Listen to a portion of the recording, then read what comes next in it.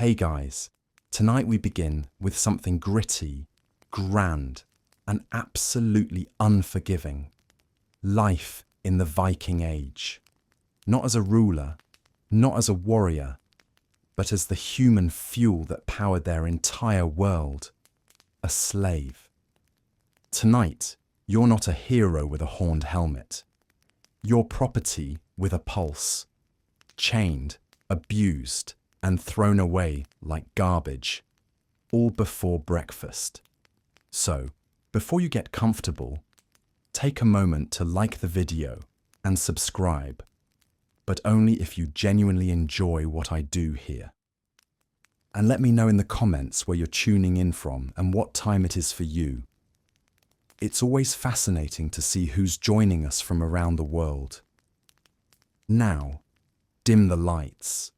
Maybe turn on a fan for that soft background hum, and let's ease into tonight's journey together.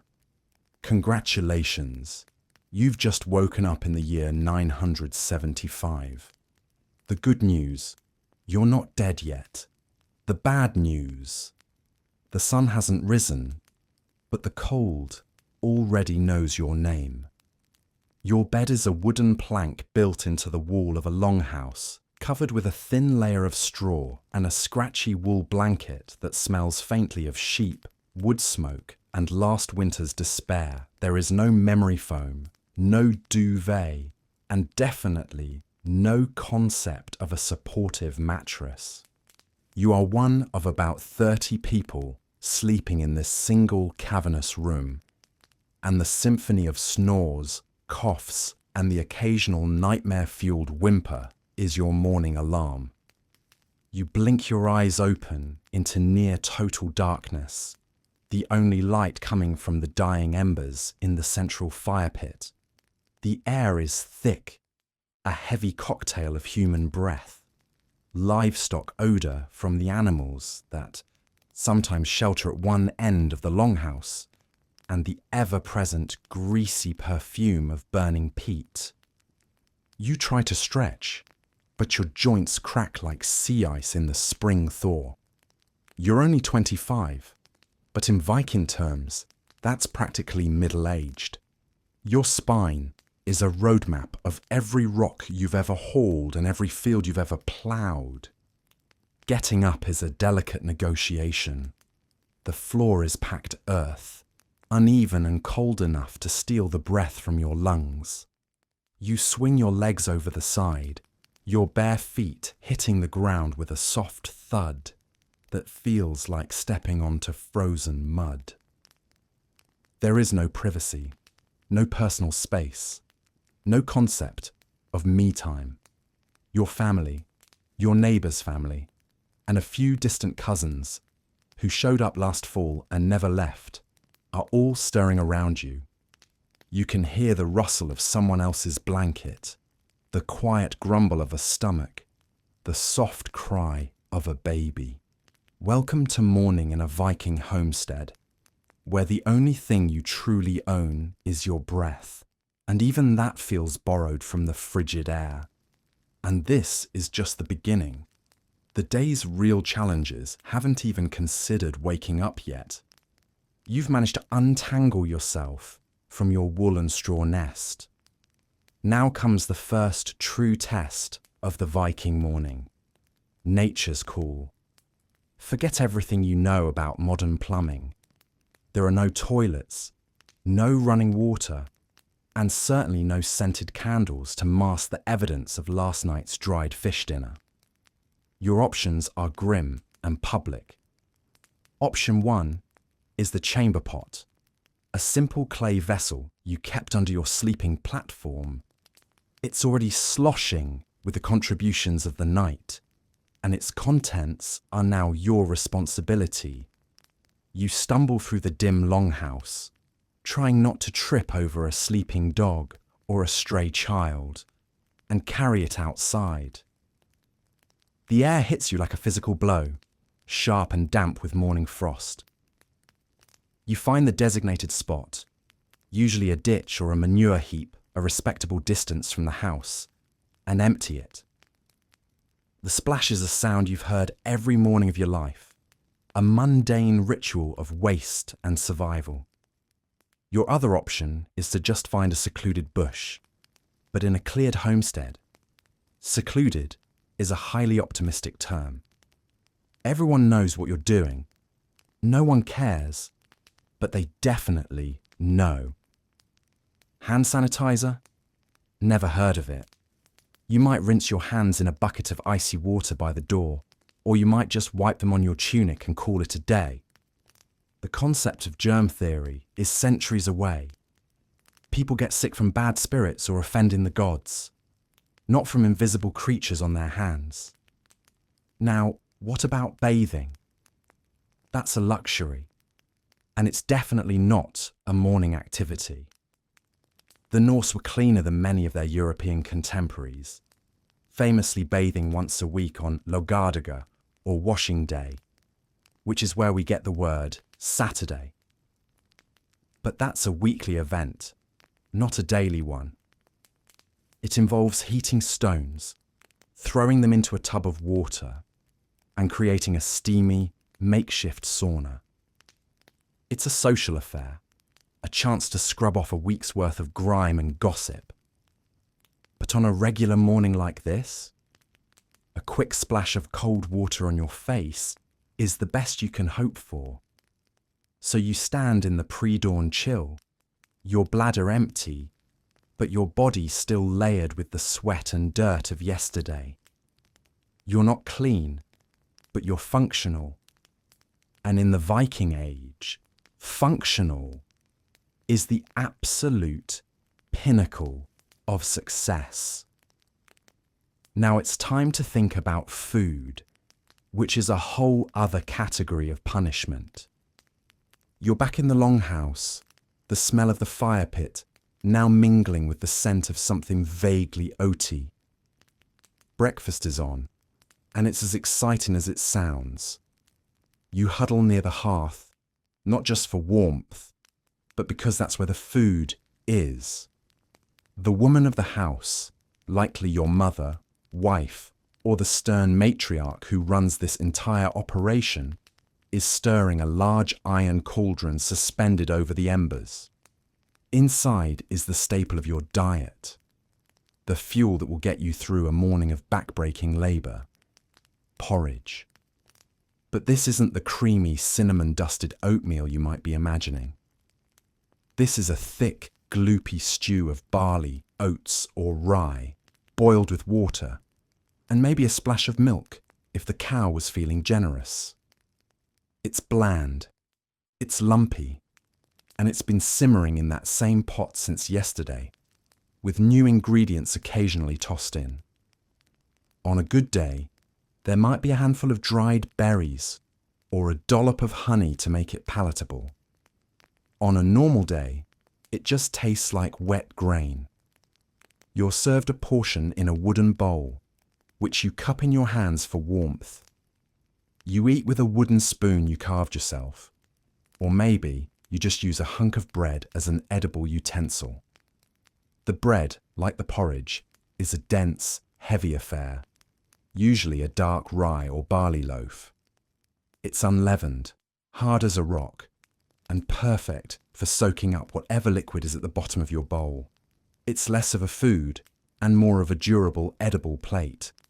And what are you drinking? Ale. Yes, ale for breakfast. Even the children drink it. It's a weak, low-alcohol brew, often called small beer, and it's safer than drinking water from the local stream, which is likely contaminated with animal waste and the ghosts of your ancestors. The brewing process kills the pathogens, making ale the hydrating beverage of choice. It's not about getting drunk. It's about not dying of dysentery. Protein might come in the form of skyr, a thick, sour cheese-like substance similar to strained yogurt, or a piece of dried salted fish left over from last night. Fresh meat's a rarity, reserved for feasts and festivals. You chew your gritty bread, sip your lukewarm ale, and try to ignore the dog begging at your feet. Breakfast isn't a moment of pleasure. It's a necessary, functional, and deeply unglamorous part of the day. It's about calories, not cuisine. And now that you're full of carbs and resentment, it's time to get dressed for a long day of pretending you're not miserable. You've finished your meal of boiled sadness, and now it's time to put on your work clothes, which also happen to be your formal clothes, your sleeping clothes, and your only clothes. Your entire wardrobe consists of a few key pieces, all made from wool or linen, and all of them smelling faintly of wood smoke, sweat, and damp dog.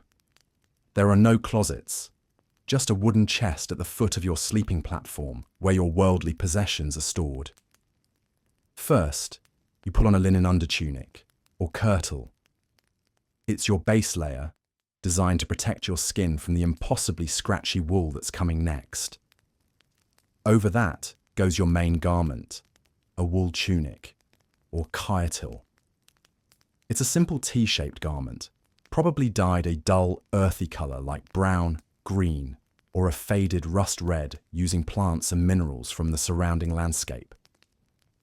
Bright colours like vibrant blue or crimson are signs of extreme wealth, reserved for chieftains and kings who can afford expensive imported dyes. Your tunic is held at the waist by a leather belt from which you'll hang your most important tools: a knife, a small pouch for coins or trinkets, and maybe a sharpening stone. For your legs, you have trousers, or brogue. These aren't tailored slacks. They're loose-fitting wool pants, either tied at the waist or held up by your belt.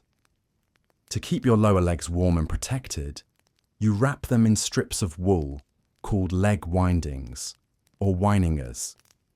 This isn't a fashion statement. It's practical insulation against the cold and protection from thorns and brambles when you're working in the fields or forests. On your feet, you wear simple leather shoes, or skor. They're basically soft leather socks with a tougher sole, stitched together with sinew. They keep your feet from freezing, but offer zero arch support, and are definitely not waterproof.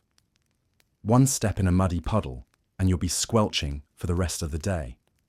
There are no buttons and no zippers. Everything is held together with pins, belts, and knots. Your cloak, a heavy rectangle of wool, is fastened at the shoulder with a bronze or iron brooch. It's your coat, your blanket, and your shelter all in one. You don't think about fashion, you think about function. Will this keep me warm? Will it protect me from the wind? Can I move in it without it falling apart? And no, you don't wash it often. Washing wool is a laborious process, and in a world without modern detergents, it's often easier to just air it out and hope for the best. You're now dressed, wrapped in layers of practical, itchy, and slightly fragrant history.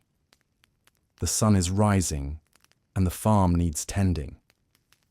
Your real work is about to begin. Unless you're a chieftain, a merchant, or one of the lucky few craftsmen living in a bustling trade town like Hedeby or Birka, your life is tied to the land. You are a farmer, a bondsman, or a carl, a free man who owns his own small plot. Your farm, or garda, is the center of your universe, and your day is dictated not by a clock, but by the sun, the seasons, and the endless demands of livestock and crops. You step out of the longhouse into the crisp morning air. The first task is always the animals. The cows need to be milked, their warm breath misting in the cold. The sheep and goats need to be led to pasture, their bleating a constant, chaotic soundtrack to your life. The chickens need to be fed, and you'll spend a few minutes searching for any eggs they might have laid in some obscure corner of the barn. Every animal is a precious resource. The cows provide milk for cheese and skyer. The sheep give wool for your clothes. The goats offer milk and, eventually, meat. Nothing is wasted. Even their dung is collected and used as fertilizer for the fields, a smelly but essential part of the cycle of life. Once the animals are tended to, it's time for the real back-breaking work. The growing season in Scandinavia is short and brutal. You have a few precious months to plough, plant, and harvest enough food to survive the long, dark winter. Your tools are simple and crude. A wooden plough or ardor, maybe tipped with a bit of iron if you're prosperous. You guide it behind a pair of oxen, your shoulders straining against the resistance of the rocky soil. Your field is a small, cleared patch of land, probably wrested from the surrounding forest through years of hard labor, cutting down trees and pulling out stumps by hand. You'll plant barley, oats, and rye, grains hardy enough to survive the northern climate. You might also have a small garden near the longhouse with root vegetables like turnips and carrots, as well as cabbages and onions. Every task is manual. Weeding is done on your hands and knees. Pest control involves scaring away birds and hoping for the best. And if there's a drought or a flood, your entire year's work could be wiped out, leaving your family to face starvation. This isn't just a job, it's a constant high-stakes gamble against nature. And as you work, the sun climbs higher, the sweat drips down your back, and the black flies begin to swarm. There are no breaks, no weekends, no holidays, just the endless rhythm of the seasons, and the knowledge that if you stop, everything stops. The survival of your family rests squarely on your aching shoulders. In the world of the Vikings, while men were out farming, feuding, or sailing across the sea in search of silver and glory, the women were the anchors of the homestead. A Viking woman wasn't a delicate, cloistered figure. She was the manager, the matriarch, and the keeper of the keys. Her power wasn't wielded in the assembly or on the battlefield, but within the walls of the longhouse, and her authority was absolute. Your day, if you are a woman, is a relentless cycle of production and management. You are the first to rise and the last to sleep. Your domain is the household, but that household is a complex, self-sufficient economic unit. Your first task is grinding grain for the day's bread and porridge, using a heavy stone quern that requires all your strength. Then you are preparing the meals, churning butter, making cheese, and preserving fish and meat for the winter months. You are the master of the larder, responsible for ensuring the family has enough food to survive until the next harvest. But your most important and time-consuming task is textiles. Viking society was built on wool and linen, and turning raw fleece or flax into clothing was an epic undertaking.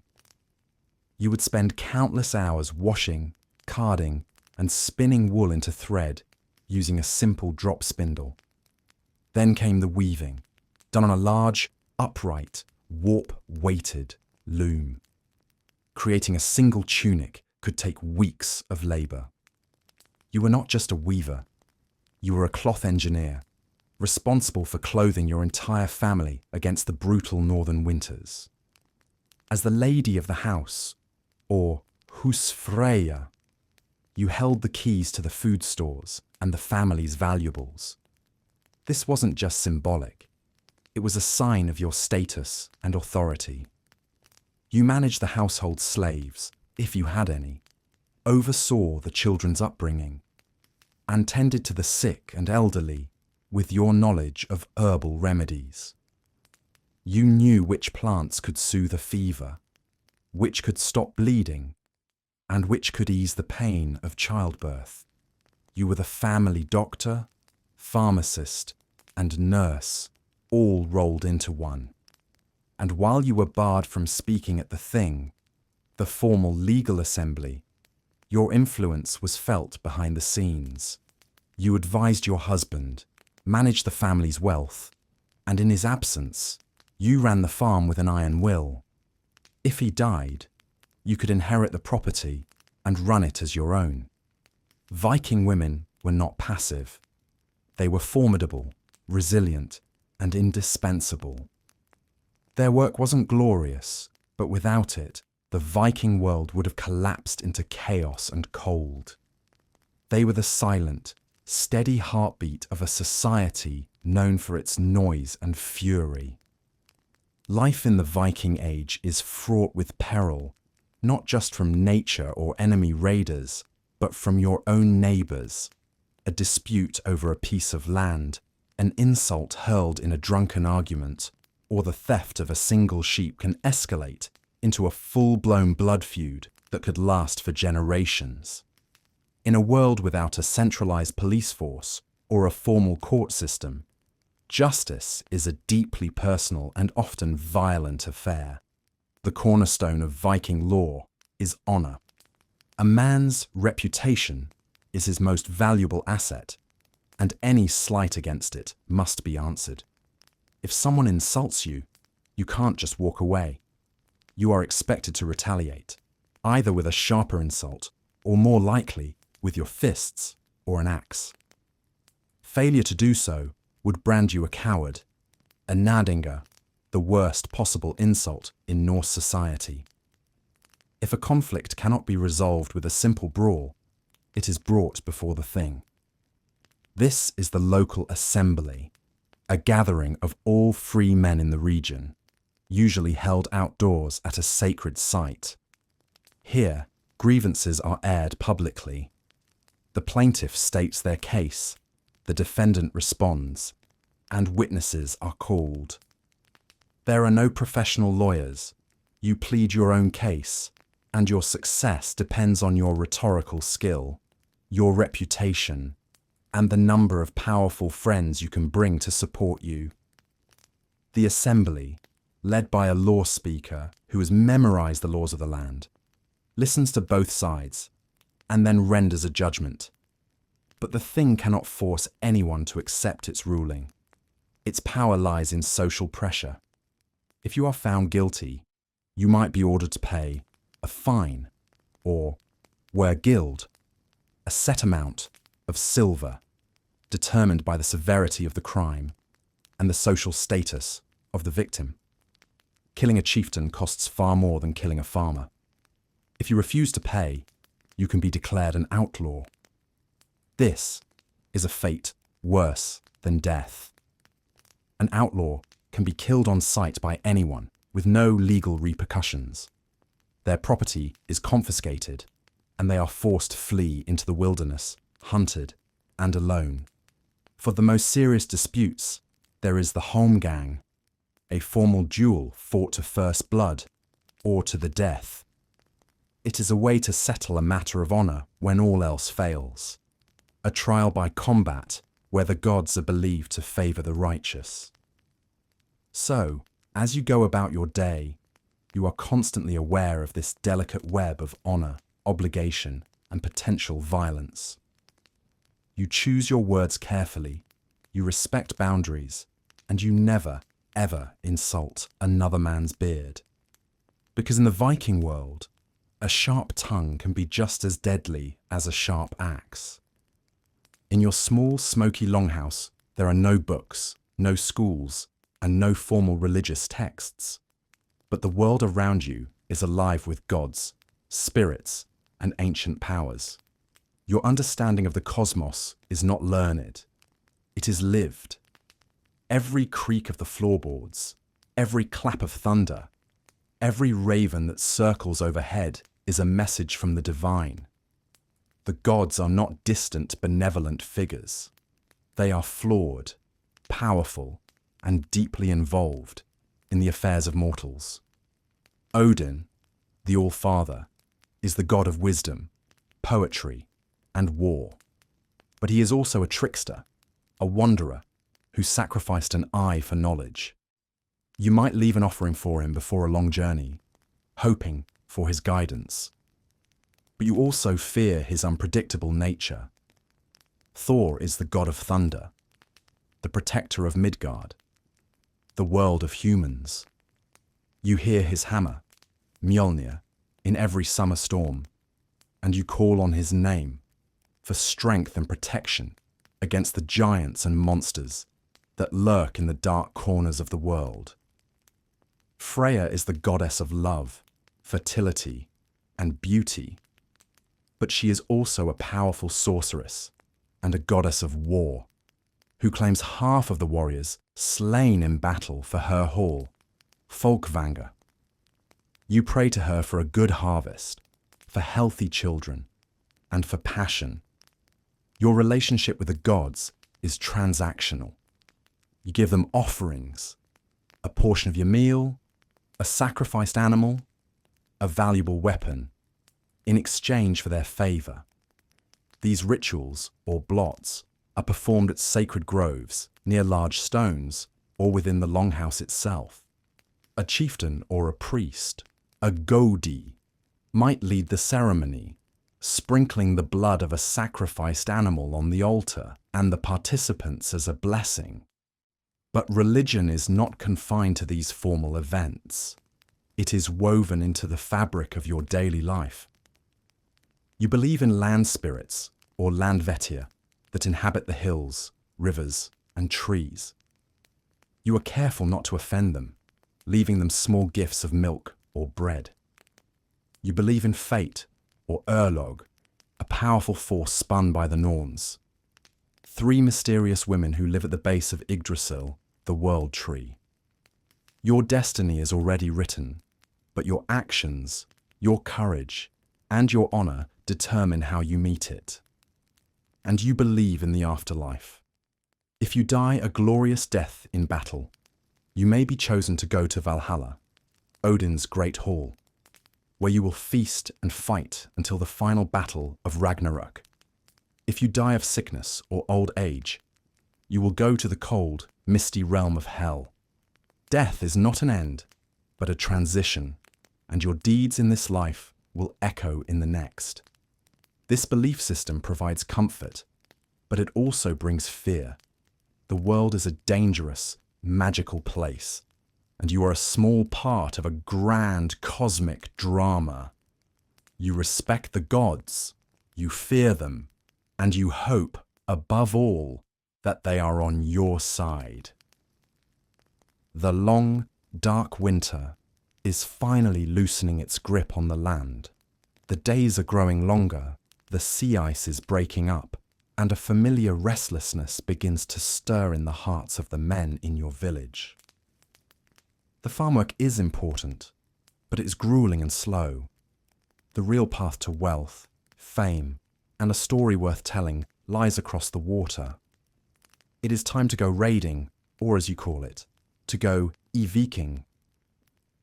This is not the mindless, bloodthirsty pillaging often portrayed in movies.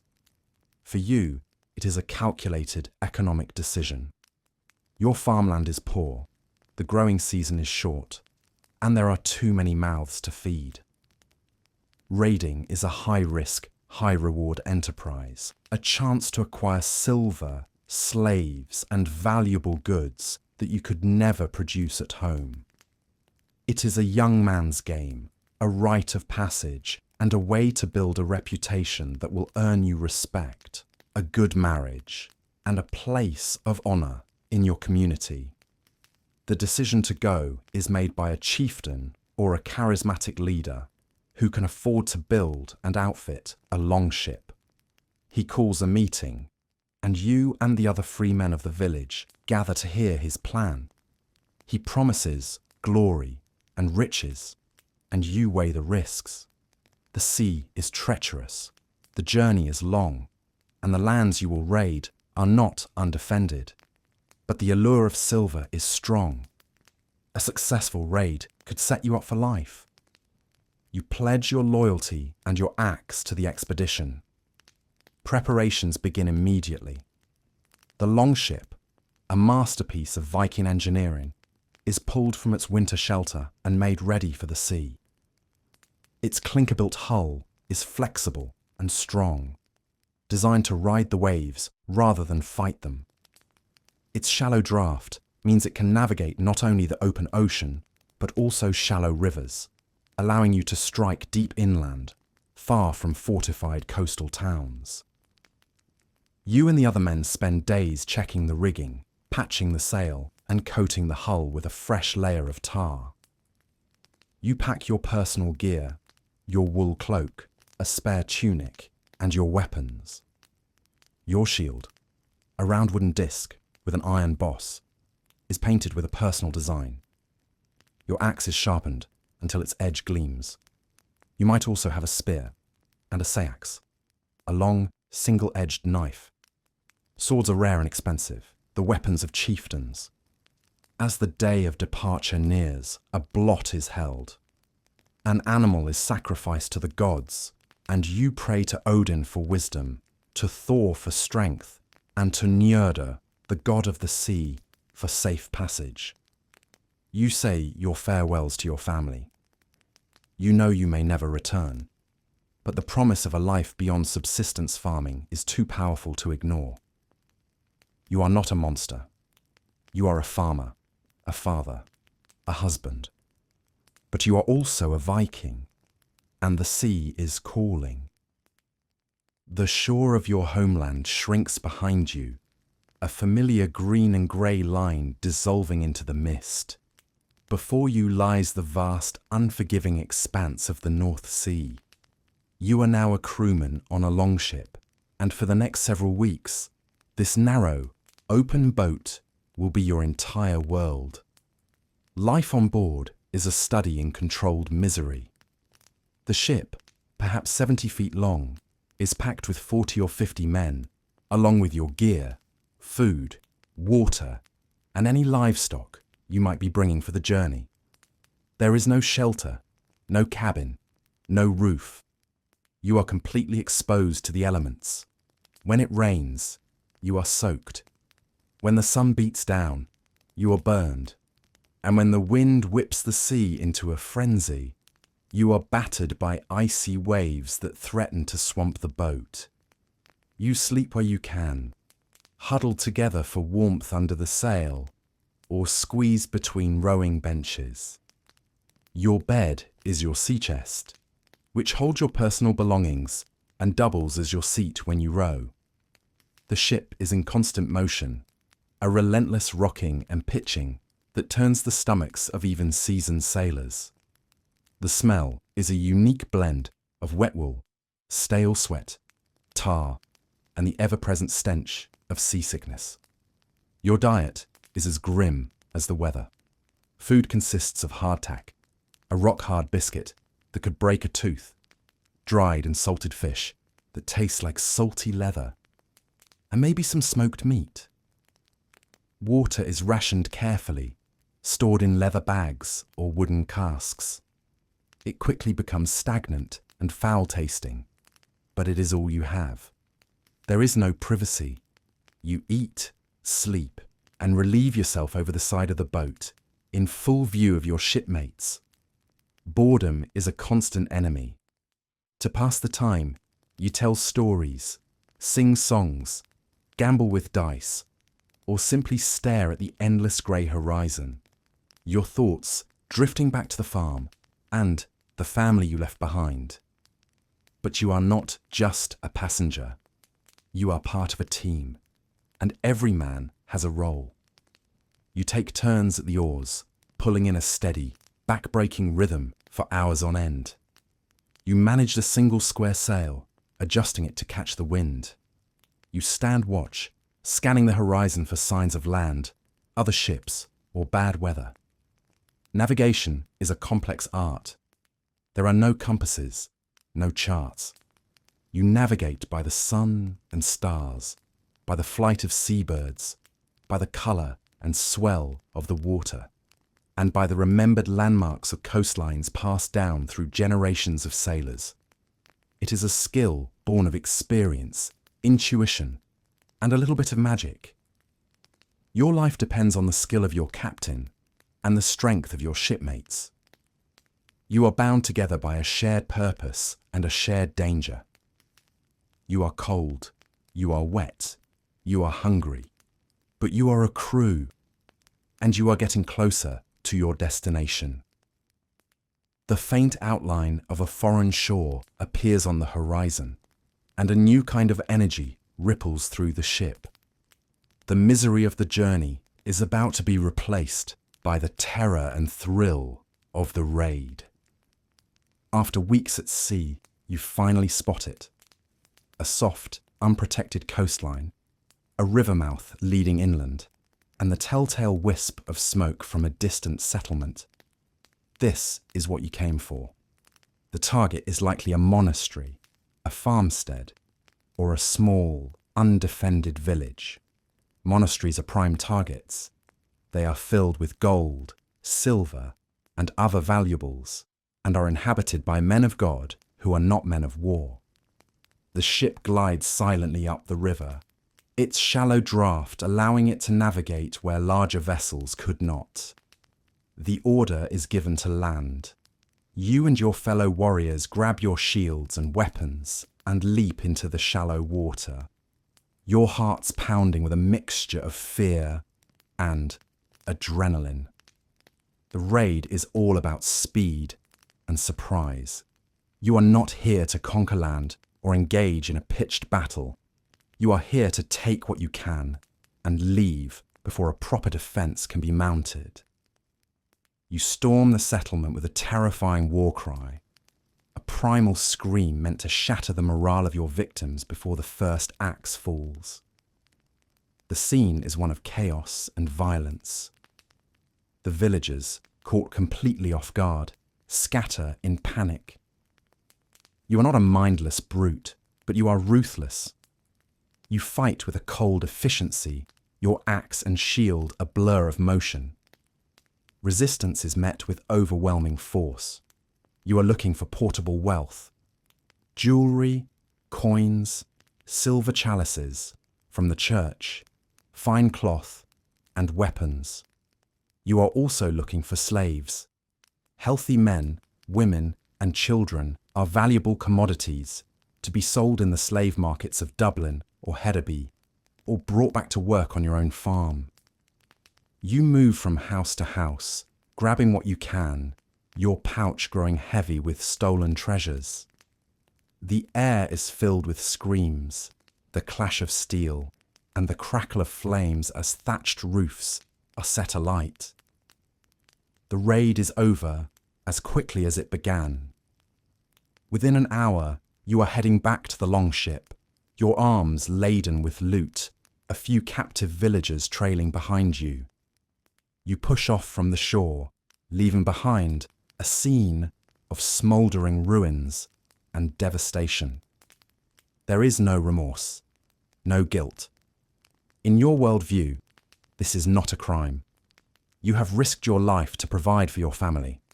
The people you raided were weak, their God unable to protect them. You have proven your strength and your courage. As the longship pulls away, you look back at the burning village, the smoke a dark stain against the sky. You are richer than you were this morning, your reputation enhanced, your story ready to be told. The raid was a success, but the journey home, with a ship heavy with treasure and a crew now weary and on edge, will be just as dangerous as the one that brought you here. The raid is over. The longship, now sitting lower in the water, is laden with the spoils of your violent enterprise.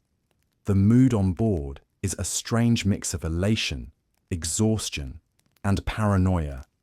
You are rich, but you're also a target. Every passing ship on the horizon could be a rival crew looking to steal your hard-won treasure. The journey home is fraught with a new kind of tension.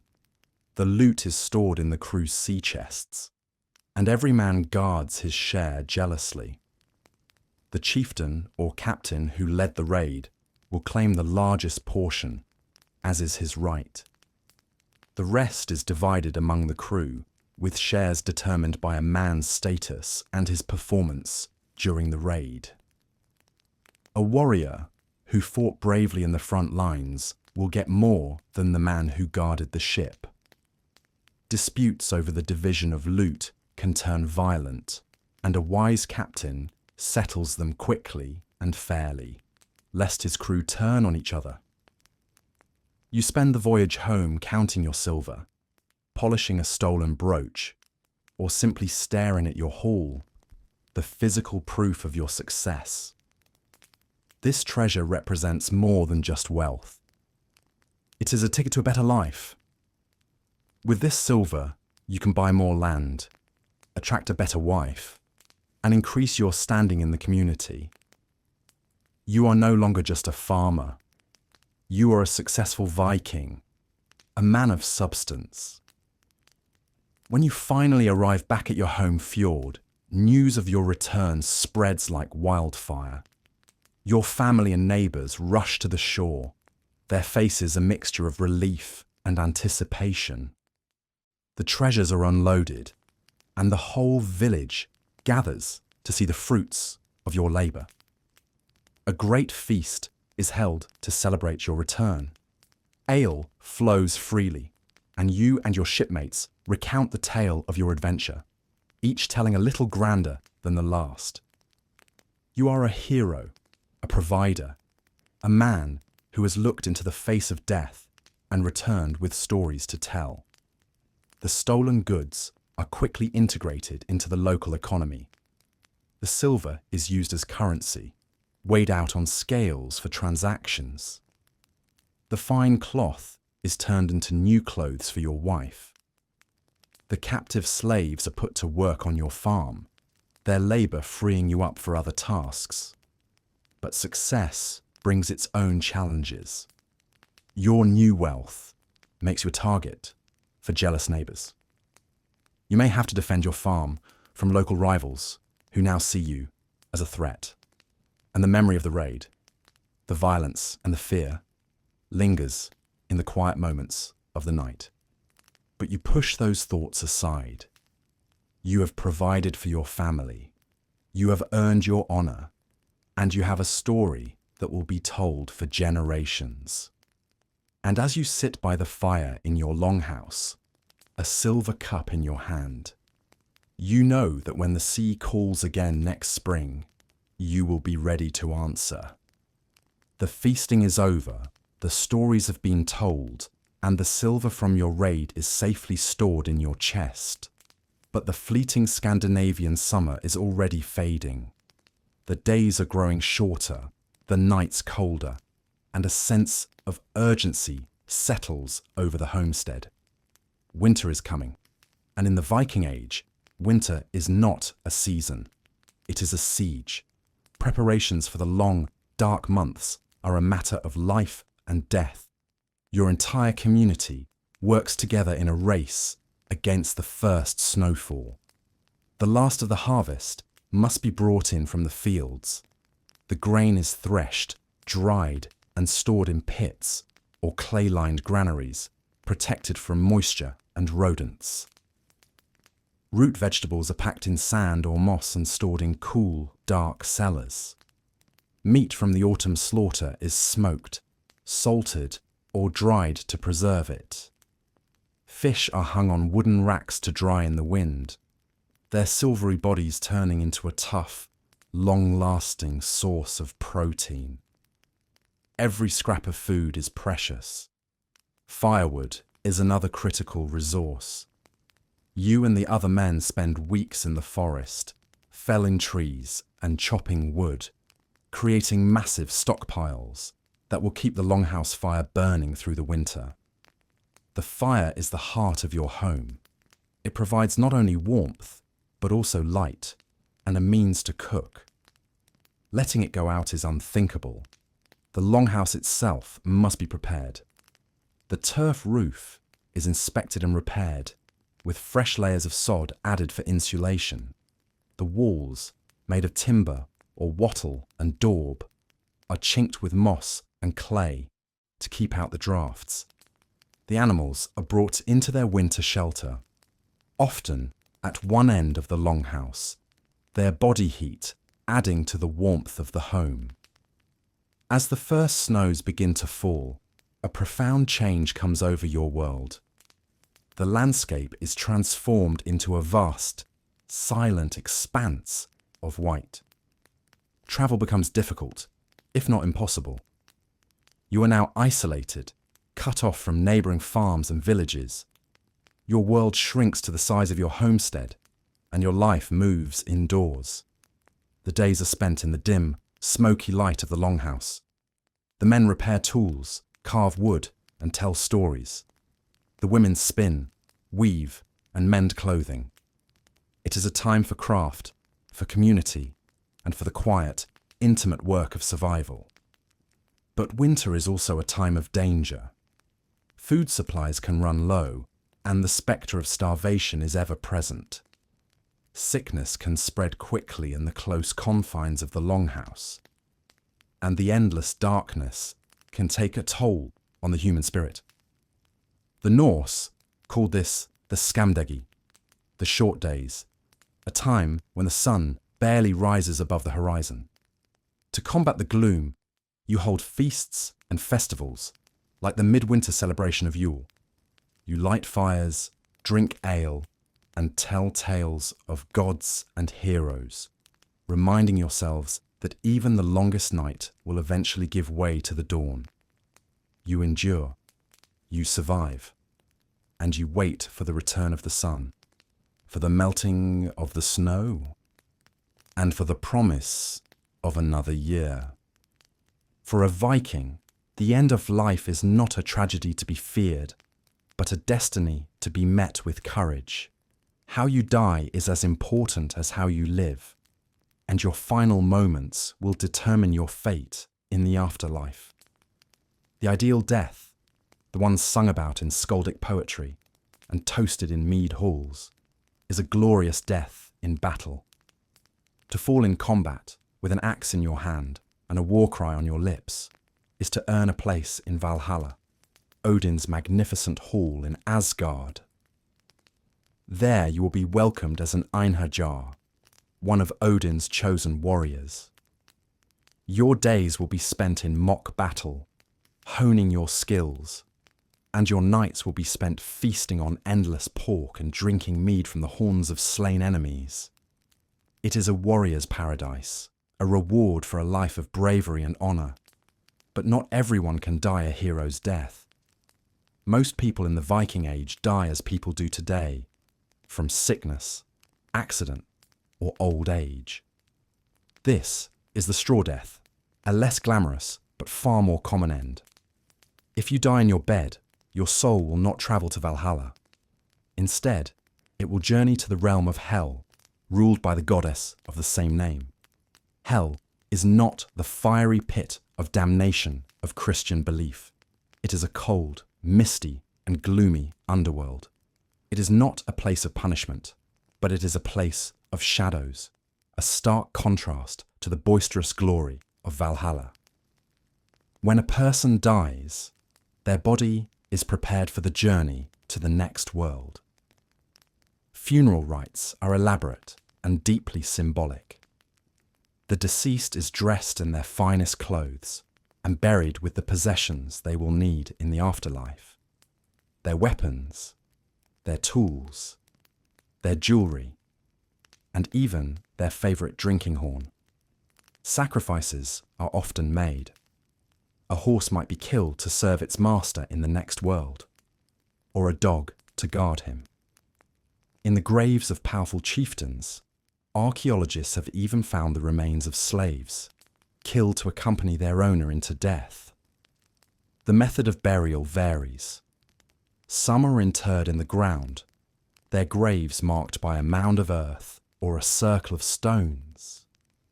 Great chieftains and kings are sometimes given a ship burial.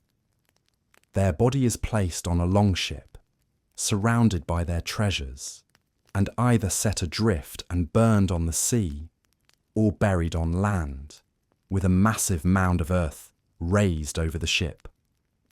These ship burials, like the ones found at Oseberg and Gokstad in Norway are a testament to the importance of the sea in the Viking worldview, a vessel to carry the soul not just across the water, but between worlds.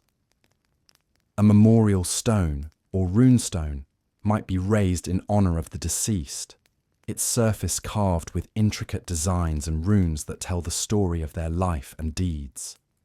Your legacy is everything. It is the story that will be told about you long after you are gone. And whether you feast in Valhalla or wander the mists of hell, you hope that your name will be remembered. A single, shining thread in the vast, tangled tapestry of fate. Before she was a saint, she was a storm. Before she was a ruler, she was a widow. And before she became one of the most ruthless and brilliant figures in the history of the Kievan Rus, she was simply Olga, a princess of Varangian, or Viking stock, whose life was about to be shattered by betrayal. Born around the year 900, Olga's origins are shrouded in mist, much like the northern lands of her ancestors. She was likely from Pskov, a part of the sprawling, chaotic world of the Eastern Vikings, who had traded their longships for river routes, carving out a kingdom in the heart of the Slavic lands. This was the Kievan Rus, a loose confederation of tribes ruled by a Varangian elite. And Olga was married to its leader, Igor of Kiev. Igor, the son of the legendary Viking chieftain Rurik, was a ruler in a time when rule meant constant, brutal negotiation. Power was not inherited. It was maintained through tribute, alliances, and the ever-present threat of violence. The tribes that paid him tribute, the Polans, the Drevlians, the Severians, did so not out of loyalty, but out of fear. And fear, as Igor would soon discover, has a very short shelf life. In the year 945, Igor travelled to the lands of the Drevlians to collect his annual tribute. The Drevlians were a proud, fiercely independent tribe, and they had grown tired of Igor's greed. According to the primary chronicle, a medieval history of the Rus, Igor's men had already collected the agreed-upon amount. But on his way home, Igor, in a fit of avarice, decided it was not enough. He turned back with a small retinue, intending to extort a second payment. The Drevlians, pushed too far, saw this not as taxation, but as an act of tyranny. Their leader, a prince named Mal, rallied his people. "If a wolf comes to the sheep," he reportedly said, "he will take away the whole flock one by one, unless he be killed." They ambushed Igor and his men, and their revenge was horrifyingly symbolic. They bent down 2 birch trees, tied Igor's legs to them, and then released the trees, tearing him in 2. The king of the Russes was dead, his body mutilated, his authority shattered. Word of Igor's death travelled back to Kiev, a message of defiance sent by a tribe that now believed itself free. They had killed the wolf, but they had forgotten about the she-wolf he left behind. They had no idea that in killing Igor, they had not ended a war. They had just unleashed Olga. She was now a regent for her 3-year-old son, Sviatoslav. To the Drevlians, she was just a woman, a grieving widow who could be easily manipulated or disposed of. They were about to learn how wrong they were. The Drevlians, flush with the success of their regicide, made their first and most fatal miscalculation. They assumed Olga was a pawn, a woman to be won, a bridge to the throne of Kiev. They sent a delegation of their 20 best men to her, sailing down the Dnieper River in a boat. Their proposal was as arrogant as their crime. They offered Olga a new husband, their own Prince Mal. In their minds, this was a brilliant political move. It would legitimize their murder of Igor, unite their tribe with the power of Kiev, and place their prince at the head of the Rus. They arrived in Kiev, their boat pulled ashore, and announced their mission to the widowed queen. Olga met them not with tears or fear, but with a chilling, calculated calm. She listened to their proposal, her face a mask of polite consideration. "Your proposal is to my liking," she is said to have replied. "Indeed, my husband cannot rise again from the dead. But I desire to honor you tomorrow in the presence of my people. Return now to your boat and remain there with an aspect of arrogance. I shall send for you on the morrow, and you shall say, 'We will not ride on horses nor go on foot. Carry us in our boat, and you shall be carried in your boat.'" The Drevlian envoys, blinded by their own hubris, were flattered. They saw her words as a sign of respect, a queen preparing to honor her future suitors. They returned to their boat, puffed up with pride, and waited. The next day, as promised, Olga's men came for them. The Drevlians, playing their part, refused to walk. "Carry us in our boat," they demanded. So Olga's men lifted the boat, with the 20 envoys still inside it, and carried it through the city toward the palace. But they did not take them to the throne room.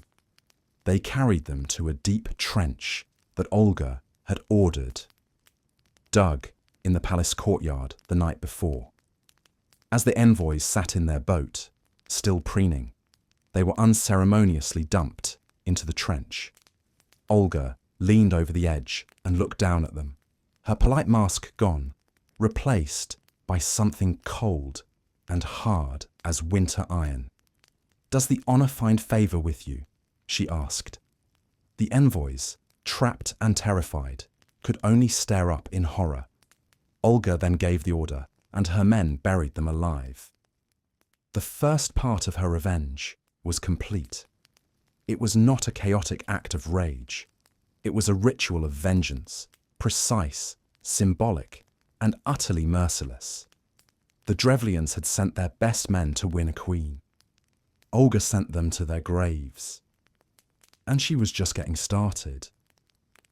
Olga, having disposed of the first Drevlian delegation, now sent a message back to their prince.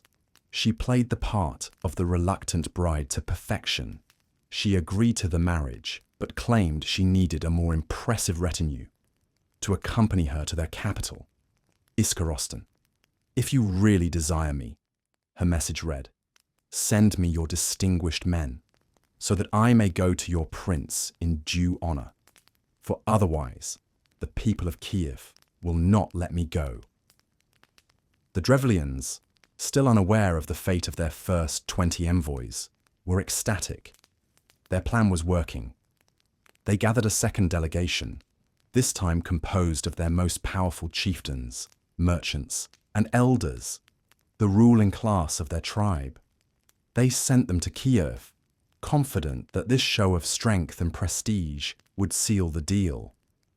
When the Drevlian nobles arrived, Olga greeted them with the same feigned hospitality. "I'm pleased to see you," she said. "But first, you must be weary from your journey. Go now and bathe and refresh yourselves." She directed them to a large wooden bathhouse, a place of relaxation and ritual cleansing. The Drevlians, eager to wash off the dust of the road and prepare for their meeting with the queen, entered the bathhouse without suspicion. They steamed themselves, they talked, they laughed, their guard completely down. Once they were all inside, Olga's men barred the doors from the outside, trapping them. Then, on Olga's command, they set the bathhouse on fire. The wooden structure went up in a roar of flames. The screams from within were drowned out by the crackle of burning timber. Olga stood and watched as the building collapsed into a smoking pyre. consuming the entire ruling elite of the Drevlian tribe within its fiery heart. This was the second stage of her revenge, and it was even more symbolic than the first. She had cleansed the Drevlian leadership from the earth with fire, a purification rite of her own design.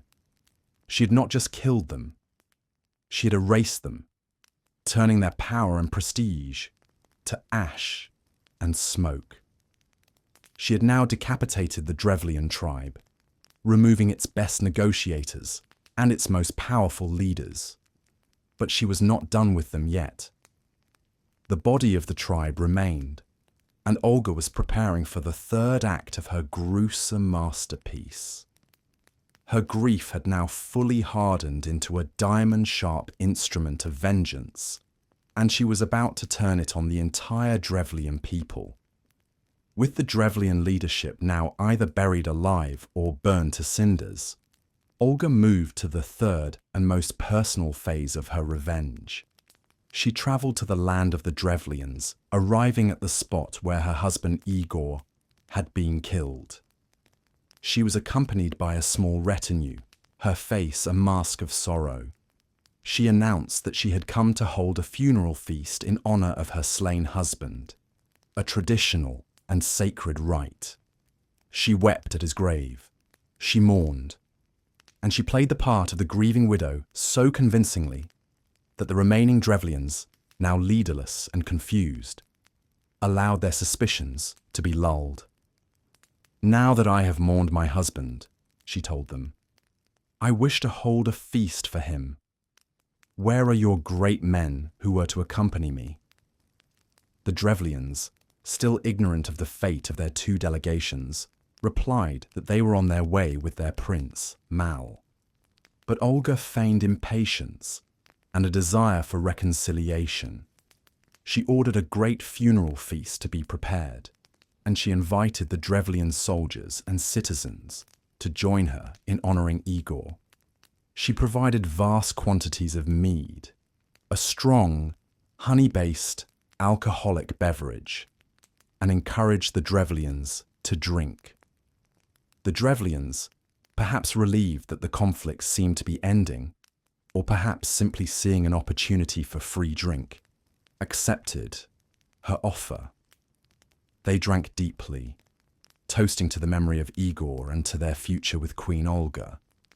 They saw her servants waiting on them, refilling their cups, and they interpreted it as a sign of goodwill.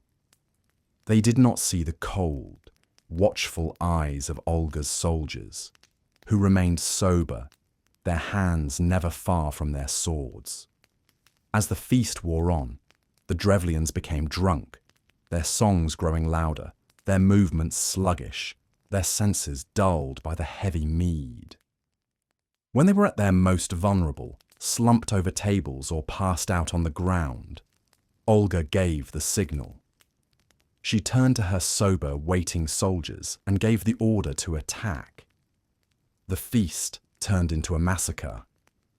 Olga's soldiers fell upon the drunken Drevlians with swords and axes. The surprised and intoxicated men could mount no effective resistance. They were cut down where they sat, their blood mixing with the spilled mead on the ground. The primary chronicle claims that 5,000 Drevlians were slaughtered at that feast. Olga, the grieving widow, had become Olga, the architect of a bloody, calculated slaughter. She had used one of their most sacred rituals of her culture, the funeral feast, as a weapon. She had turned their own tradition against them, luring them into a trap of false reconciliation, and then destroying them. Her revenge was now almost complete. She'd eliminated their envoys, their leaders, and their soldiers. All that remained was their capital city, Iskorostan, and for that, she had saved her most ingenious and terrifying act of vengeance. After the massacre at the funeral feast, Olga returned to Kiev and gathered her army. She marched back to the Drevlian lands, this time not with a small retinue, but with the full force of the Kievan Rus at her back. Her young son, Sviatoslav, symbolically by her side. She laid siege to their capital city, Iskorostan, the last bastion of Drevlian resistance.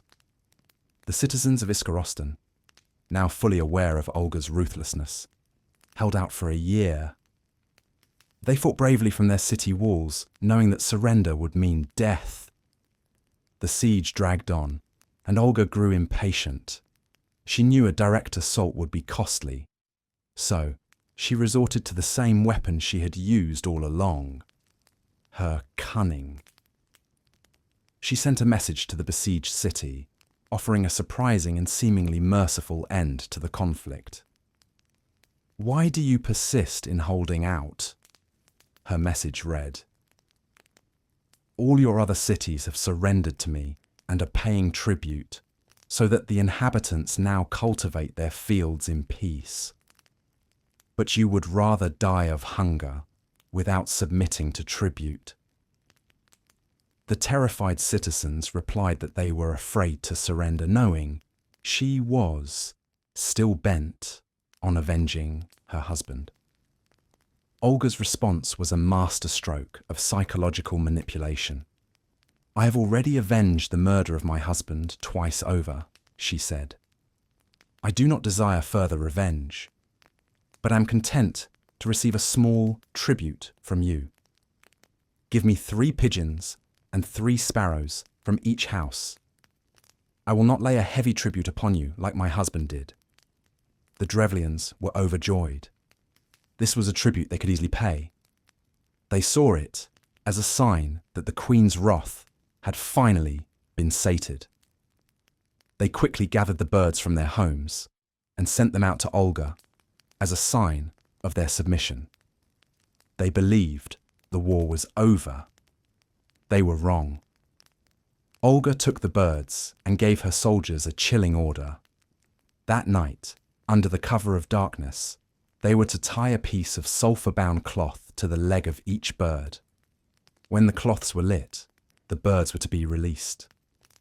The terrified birds, their legs now carrying tiny, flaming burdens, flew directly back to their nests in the eaves, coops, and thatched roofs of Iskorostan.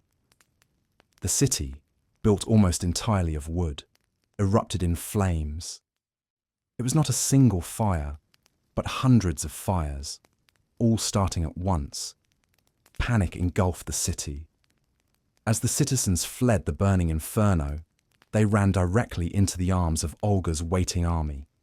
The soldiers captured those who fled and either killed them or took them as slaves. The city of Iskorostan was burned to the ground, its defenders slaughtered, its people enslaved.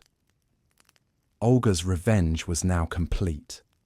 It was a victory won not by brute force, but by a terrifying and ingenious act of psychological and biological warfare. She had used nature itself as her weapon, turning the Drevlians' own birds against them. The wolf was dead, but the she-wolf had burned the entire forest to the ground. With her vengeance complete and the Drevlian tribe utterly crushed, Olga's role shifted dramatically.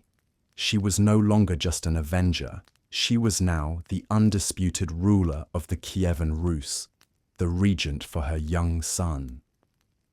And in her governance, she displayed the same intelligence, ruthlessness, and foresight that she had in her revenge. Her first task was to ensure that a rebellion like the Drevlians could never happen again. She understood that their uprising was born from an unjust and unpredictable system of tribute collection. So she embarked on a sweeping administrative reform. She travelled throughout her lands, from Kiev to Novgorod, establishing a network of administrative centres, or pogosti. At these centres, she set fixed, predictable rates of tribute. This was revolutionary. It replaced the old system of extortion with a regular, manageable system of taxation. It brought order and stability to a realm that had been ruled by brute force. She also established hunting grounds, border posts, and trade routes, laying the foundations of a centralized state. She was not just ruling, she was building a nation. Her reforms were not just about preventing rebellion, they were about creating a more efficient and prosperous kingdom. She understood that power, to be lasting, needed not just a sharp sword, but also a full treasury and a stable populace. During her regency, Kiev flourished. It became a center of trade and power, its influence extending throughout Eastern Europe. Olga was a shrewd diplomat, maintaining relationships with the Byzantine Empire to the south and other neighboring powers. But her greatest transformation was yet to come. Her travels had exposed her to a world beyond the pagan gods of her ancestors.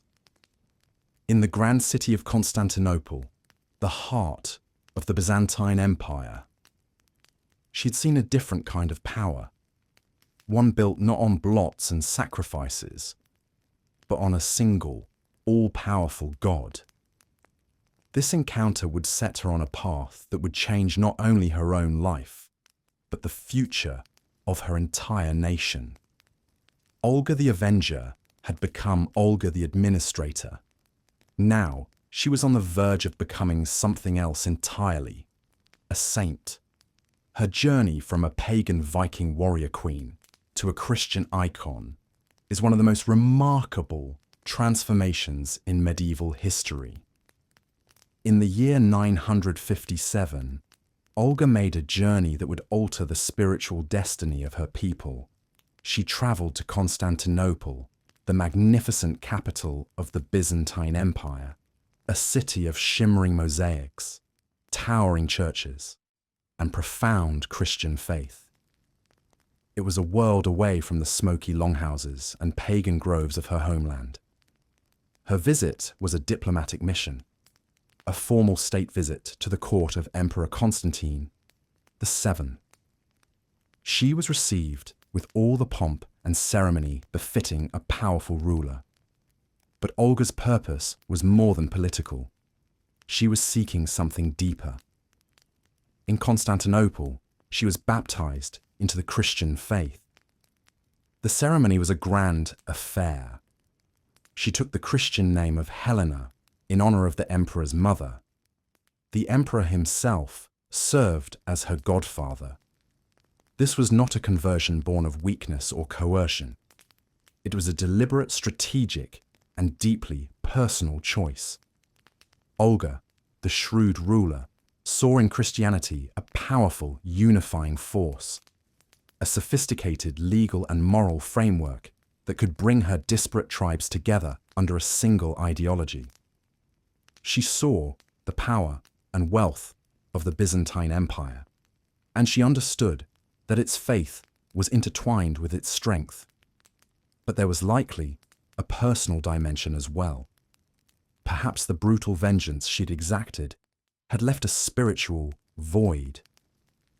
Perhaps the pagan gods of war and sacrifice no longer offered the answers she sought.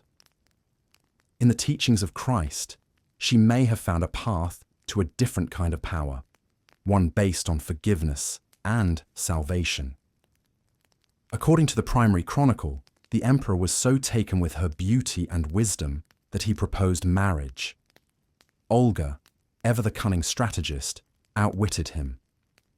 She pointed out that it was improper for a godfather to marry his goddaughter. She had used the rituals of her new faith to deflect the advances of the most powerful man in the Christian world. She returned to Kiev a changed woman. She was now Helena, a Christian queen in a pagan land. She tried to convert her son, Sviatoslav, but he refused, fearing his warriors would mock him. But Olga had planted a seed. She built churches, she brought priests to Kiev, and she laid the spiritual groundwork for what was to come. She may not have converted her son, but her influence would shape her grandson, Vladimir the Great, who would, a generation later, make Christianity the official religion of the Kievan Rus. Olga's journey was complete. She transformed from a grieving widow to a ruthless avenger, from an avenger to a nation builder, and from a nation builder to a spiritual pioneer.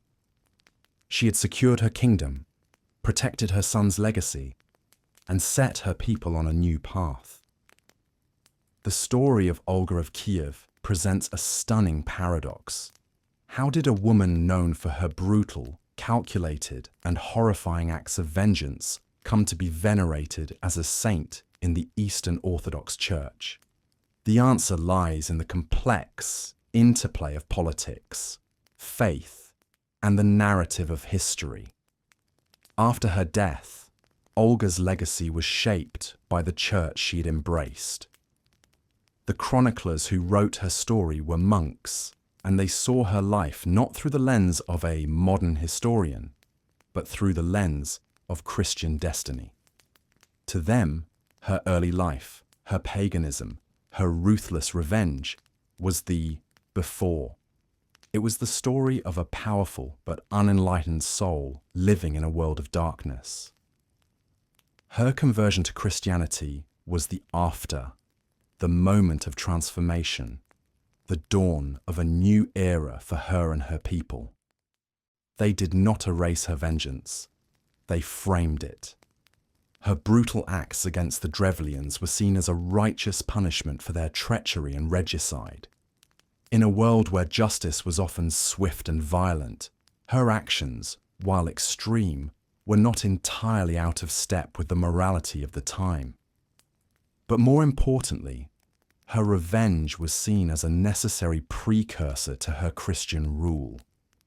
She had to cleanse the land of its pagan corruption before she could plant the seeds of a new faith. Her veneration as a saint is not for her acts of revenge, but for what she did afterward. She is honored as equal to the apostles, a title given to those who were instrumental in establishing Christianity in a new land. She was the first ruler of the Rus to embrace the faith. She brought the light of Christianity to a pagan people, and for that, she was seen as a vessel of God's will. Her grandson, Vladimir the Great, who would later baptize the entire Kievan Rus in 988, was said to have been deeply influenced by his grandmother's faith. She was the matriarch who set the stage for one of the most significant spiritual transformations in European history. In the eyes of the Church, her personal sins were washed away by her monumental contribution to the faith. She was a flawed human, yes, but she was also an instrument of divine providence. And so, Saint Olga is remembered not as the queen who buried men alive and burned a city with birds, but as the holy grandmother of a Christian nation, a testament to the power of faith to redeem even the most blood-soaked of souls. It is a legacy as complex and as contradictory as the woman herself. Olga of Kiev did not leave behind an empire of stone, but an empire of ideas. Her legacy is not carved into grand monuments, but woven into the very fabric of Eastern European history. She was more than a queen, more than an avenger. She was an architect of a nation, and her influence echoes down through the centuries. Her most immediate and tangible legacy was the stabilization and centralization of the Kievan Rus. Her administrative reforms, the establishment of fixed tribute, and the creation of a network of governing centers, transformed a loose collection of warring tribes into a more cohesive and manageable state. She laid the groundwork for a bureaucratic system that would allow the Rus to grow from a regional power into a formidable kingdom. She was the one who turned a Viking enterprise into a Slavic state. But her most profound legacy is spiritual. As the first ruler of the Russes to convert to Christianity, she opened the door to a new world. Her baptism in Constantinople forged a crucial link between the Kievan Ruses and the Byzantine Empire, the center of Orthodox Christianity and the most sophisticated culture of the age. This connection brought not just a new faith, but also literacy, art, law, and a new way of seeing the world. While her son, Sviatoslav, remained a staunch pagan, Olga's influence on her grandson, Vladimir the Great, was undeniable. When Vladimir chose a new faith for his people, he looked to the example of his grandmother. Her decision to embrace orthodoxy a generation earlier made it a natural and powerful choice. Vladimir's mass baptism of the Rus in 988, a pivotal moment in Russian history, was the culmination of a journey that Olga had begun. She is remembered as the morning star that preceded the sun of Vladimir's Christianization. In this, she embodies the enduring power of a single individual to change the course of history. She was a woman in a world ruled by men, a regent who not only protected her son's throne, but expanded its power, a pagan who became a saint. Her story is a testament to the fact that power is not always measured in armies or conquests. Sometimes it is measured in the quiet, unyielding will of a leader who can see beyond the horizon of their own time. She was a Viking warrior at heart, but she had the vision of a Byzantine empress. And in the fusion of those two worlds, she created something new, something lasting, something that would one day become Russia. You stand on a windswept coast in Newfoundland, the North Atlantic air sharp and cold against your face. Before you lies a gentle bay, a sweep of green turf rolling down to a rocky shore. It looks unassuming, a quiet corner of a vast, wild continent. But beneath this grass, a secret was kept for 1,000 years.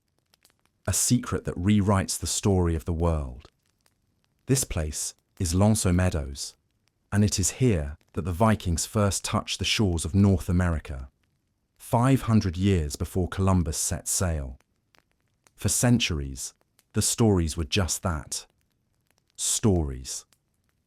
The Norse sagas, epic tales written down in Iceland in the 13th century, spoke of a land to the west, a place of wild grapes, endless forests, and self-sown wheat. They called it Vinland, the wine land. The sagas tell of Leif Erikson, son of Eric the Red, who around the year 1000 sailed west from Greenland and stumbled upon this new world. They tell of subsequent voyages, of attempts to build a settlement, of trade and conflict with the native peoples they called Skraelings. For a long time, historians dismissed these tales as folklore, the romantic myths of a seafaring people. There was no proof, no map, no ruin.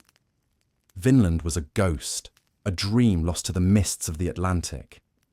Then, in 1960, a Norwegian explorer and writer named Helge Ingstad and his archaeologist wife, Anne Stein Ingstad, followed the clues in the sagas. They were looking for a place that matched the descriptions. A coastline with a prominent cape, a bay good for mooring ships, a land with forests and salmon-filled rivers. They found it here, at Lonceau Meadows. They began to dig, and what they unearthed changed history. They found the remains of 8 turf-walled buildings, their outlines still visible in the earth. The construction style was unmistakably Norse, identical to Viking-era sites in Greenland and Iceland. They found a forge, a place for smithing iron, with a stone anvil and remnants of slag, proof of a technology unknown to the native peoples of the time. They found a bronze ring-headed pin, a classic Viking fastener. They found a stone oil lamp, a spindle whorl for spinning wool, and butternuts, a type of walnut that doesn't grow this far north, suggesting the settlers had explored further south, into the heart of the fabled Vinland. This wasn't a myth. This was a place. A small, rugged, and short-lived outpost of Europe on the edge of a new world. The sagas were true. The Vikings had been here. And the silence of this lonely coast suddenly began to echo with the ghosts of their voices. The archaeological evidence at Lonzo Meadows paints a vivid, if fleeting, picture of what life was like for the first Europeans in North America. This was not a grand colony. It was a small, functional, and probably very tense base camp.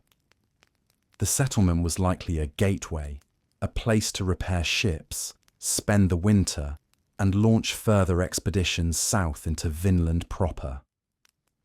The 8 buildings discovered were constructed in the classic Norse style. Long, narrow structures with thick walls of peat turf laid over a wooden frame. These turf walls provided excellent insulation against the harsh Newfoundland winters. Inside, the longhouses were divided into rooms, with a central fire pit for warmth and cooking, and raised wooden platforms along the walls for sleeping. The layout suggests a communal living arrangement, with several families or crews sharing a single space. The largest of the buildings was likely the hall of the expedition's leader, a place for feasting, storytelling, and planning. The other buildings served as workshops and living quarters for the rest of the crew. In total, the settlement probably housed between 70 and 90 people, a mix of men and women, as indicated by the discovery of the spindle whorl and other artifacts associated with female tasks. The presence of a forge is one of the most significant finds. Ironworking was a crucial Viking technology, essential for making and repairing nails, tools, and weapons. The fact that they brought a smith with them and set up a forge indicates that this was a well-planned expedition, not an accidental landing. They intended to stay, to build, and to exploit the resources of this new land. They hunted caribou, seals, and seabirds.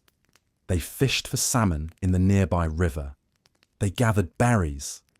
And, as the sagas promised, they found timber, a resource desperately needed in treeless Greenland. Life here would have been a constant struggle against the elements. The winters were long and brutal, the summers short and buggy. They were thousands of miles from home, a tiny island of Norse culture in a vast, unknown continent. And they were not alone. The land was already inhabited, and the encounter between these two worlds, European and indigenous, would be a defining feature of the Vinland experiment. This small settlement at Lonzo Meadows was a toehold, a fragile beachhead in a new world, a testament to the incredible courage and ambition of the Viking sailors who dared to cross the storm-tossed Atlantic in open boats. The Norse sagas are not silent on the matter of the original inhabitants of Vinland. They call them Skraelings, a term that likely meant wearers of skins, or perhaps something more derogatory, like wretches. This was the moment of first contact between Europeans and the indigenous peoples of North America, a meeting of two worlds that had developed in complete isolation for millennia. The initial encounters, as described in the sagas, were a mix of curiosity, confusion, and commerce. The Skraelings, likely the ancestors of the Beothuk, or Micmac peoples, were described as having dark hair, large eyes, and broad cheekbones. They arrived in skin-covered canoes, and at first they seemed more interested in trading than fighting. The Norse, for their part, were cautious. The sagas tell of a silent trade. The Norse would lay out red cloth, and the Skraelings would offer valuable furs in exchange. The natives were fascinated by the Norsemen's milk, a food they had never encountered. But they were terrified by the sound of a bellowing bull that the Norse had brought with them. The relationship was fragile, built on a foundation of mutual misunderstanding. The sagas recount a pivotal moment when a Skraeling tried to take a Norse weapon and was killed for it. This single act of violence shattered the tentative peace. The Skraelings returned, not with furs, but with weapons. A battle ensued. The Norse, with their iron swords and axes, were formidable fighters, but they were vastly outnumbered.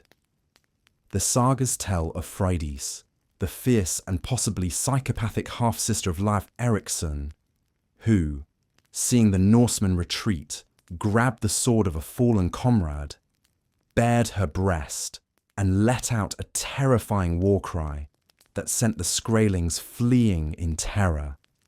Whether this story is true or not, it captures the essence of the conflict. A small group of isolated settlers facing a native population that was not going to be easily displaced. The archaeological evidence at Lanceau Meadows is sparse on this front, but the message is clear. This was not an empty land. It was a territory that belonged to others, and those others were not willing to give it up. The Norse had the advantage of iron, but the Skraelings had the advantage of numbers and an intimate knowledge of the land. The Vikings, who had successfully raided and settled lands from England to Russia, had finally met a people they could not intimidate. This constant threat, this simmering hostility, would be one of the key factors that would ultimately doom the Viking dream of a new world. The question that haunts the windswept shores of Lanceau Meadows is a simple one. Why did they leave?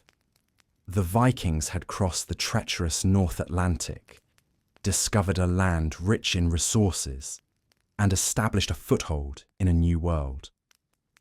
They had the technology, the courage, and the ambition. And yet, within a few decades, the Vinland settlement was abandoned, and the Norse presence in North America faded into saga and memory. There's no single definitive answer, but a combination of factors likely made the colony untenable. The most significant challenge was the relationship with the native Skraelings. The Norse were a small, isolated group, thousands of miles from any hope of reinforcement. The native population, while perhaps technologically less advanced, had the overwhelming advantage of numbers. The sagas are filled with accounts of skirmishes, ambushes, and a constant state of low-level warfare.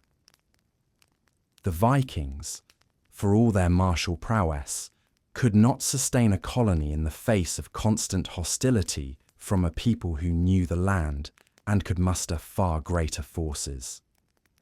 It was a war of attrition they could not win. Isolation was another critical factor. The journey from Greenland to Vinland was long and perilous. Supply lines were virtually non-existent. The colony had to be almost entirely self-sufficient, and any disaster, a failed harvest, a bad hunting season, a shipwreck, could be catastrophic. They were a tiny island of Norse culture in a vast alien sea, and the psychological toll of that isolation must have been immense. Internal conflict also played a role. The sagas do not paint a picture of a harmonious, unified colony. They describe feuds over resources, disputes over leadership, and even murder. The famous story of Freydis, who tricked her partners into a feud and then slaughtered them and their families to take all the profits, highlights the brutal internal politics that could tear a small, stressed community apart. Finally, climate change may have been the nail in the coffin. The medieval warm period, which had made the North Atlantic crossings more feasible, was beginning to wane. The Little Ice Age was on the horizon, bringing colder temperatures and more sea ice, making the voyage from Greenland increasingly difficult and dangerous. The Greenland colony itself, the vital stepping stone to Vinland, was beginning its own slow decline. In the end, the dream of Vinland may have simply been too costly to maintain. The risks outweighed the rewards. The Norse sailors who returned from Vinland brought back tales of a beautiful but dangerous land, a paradise guarded by hostile natives and separated from home by a storm-tossed ocean. They had touched a new world, but they could not hold it. And so they retreated, leaving behind the turf walls of their small settlement to be slowly reclaimed by the earth. Their story preserved not in stone, but in the epic, melancholy verses of the sagas. The Vikings may have left Vinland, but Vinland never truly left the Viking imagination. The memory of a land to the west, a place of wood, wine, and wild wheat, lingered in the collective consciousness of the Norse world for centuries. The sagas, written down long after the voyages had ended, were not just historical records. They were a form of cultural memory, a way of preserving a story that was too important to forget.